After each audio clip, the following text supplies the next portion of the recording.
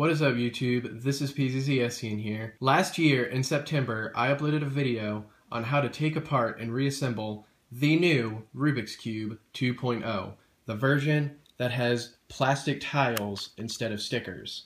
Now, a lot of people were watching that video, and a bunch of you guys have been having problems with getting this cube apart and getting it back together. And in this video, I'm actually going to be addressing those issues. I'm going to try and explain them a little bit more clearly. I'm going to give you guys a more in-depth view as to how it actually works. So that's the main goal of this video. The two most common problems that people have been having actually have to do with taking the very first piece out and then putting the very last piece back in. Those are pretty much the only issues that I've been seeing people having. So in this video, I'm going to see if I can explain it just a little bit clearer for you guys. So without further ado, let's go ahead and jump in. Alright, so a lot of you guys have been having problems with getting the first edge out. Let me see if I can give you guys a little bit more information on how you can actually get it to come out. Ordinarily, when people post this comment, I will reply, just try a different piece, because that's what I usually do. If you can't get the first one out, maybe the one next to it is a little bit looser, or maybe the one directly on the other side of the Rubik's Cube might be better. Maybe they have been doing that, and maybe they just, no matter what they do, they cannot get it out. Now, when you have the cube in this position, the things that are holding the edge piece in place are the corners on the sides and this edge right here. Now, that's all that's holding the piece in. Obviously, the center is too. But the obstacles that you can actually get out of the way are these two corners and this edge. So, let me show you this. When I was making the video, I said just pull this corner out of the way, and that will allow you to pop it out. All right? So there you go. That's how I explained it. All right. So if you're still having trouble taking your first edge piece out, try it this way. Go ahead and turn the top layer 45 degrees again.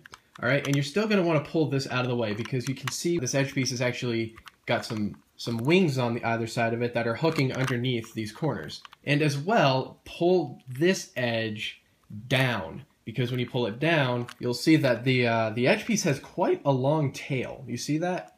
You see that little tail right there? My light is actually gleaming off of it.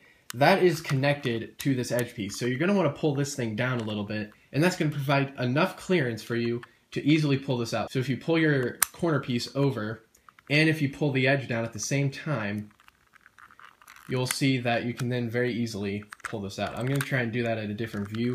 All right, so I'm trying to give you guys sort of a backwards view here, just so you can kind of see what's going on. So I'm going to pull this apart. Right there, you can see that I'm clearing that. And while I have that like that, I'm going to use my pointer here to pull down on this white and red edge. And doing that will provide enough clearance. Let me just show you that. It'll provide a little bit more clearance for the actual edge piece, for that tail to come out.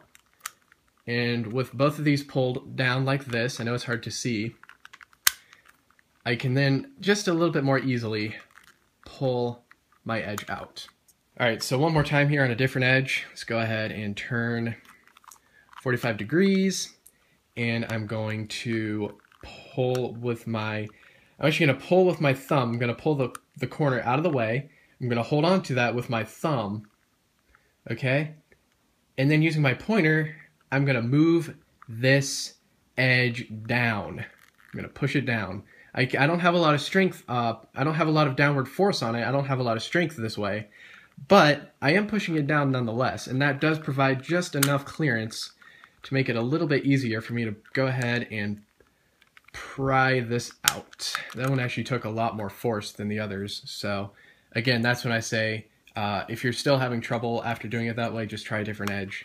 The main thing you want to worry about here is moving the corners out of the way and moving this down. Alright, now the second problem that you guys have been having is actually getting this last edge piece to go back into the cube. Now I've got my phone's light on, so that way it's a little bit easier to see inside of the mechanism, so that way you guys can see what's going on. So again, just like in the other video, you want to turn this 45 degrees, and your main obstacles when getting this to go back in, again, are these corners, but those are actually nothing, because you can easily wedge this in between the corners. And just like so.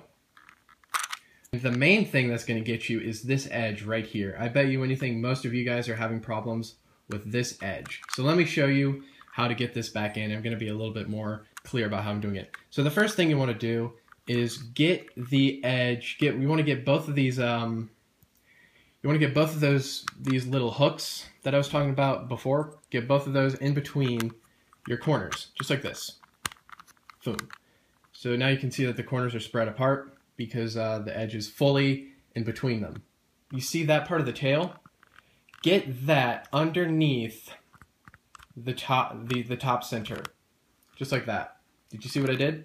So while you have the edge in between these corners, slide it forwards a bit so you can get underneath this center.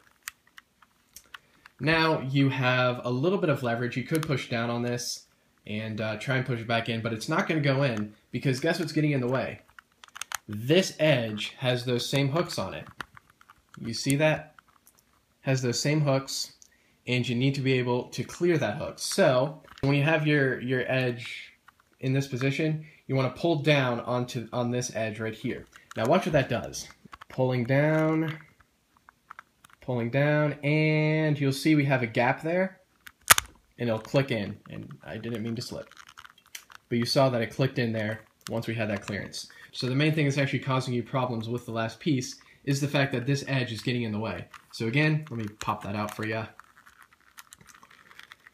What you want to do once you have it all hooked in is you want to really make sure that you pull down on this edge to provide the clearance. Click. And that's how it works.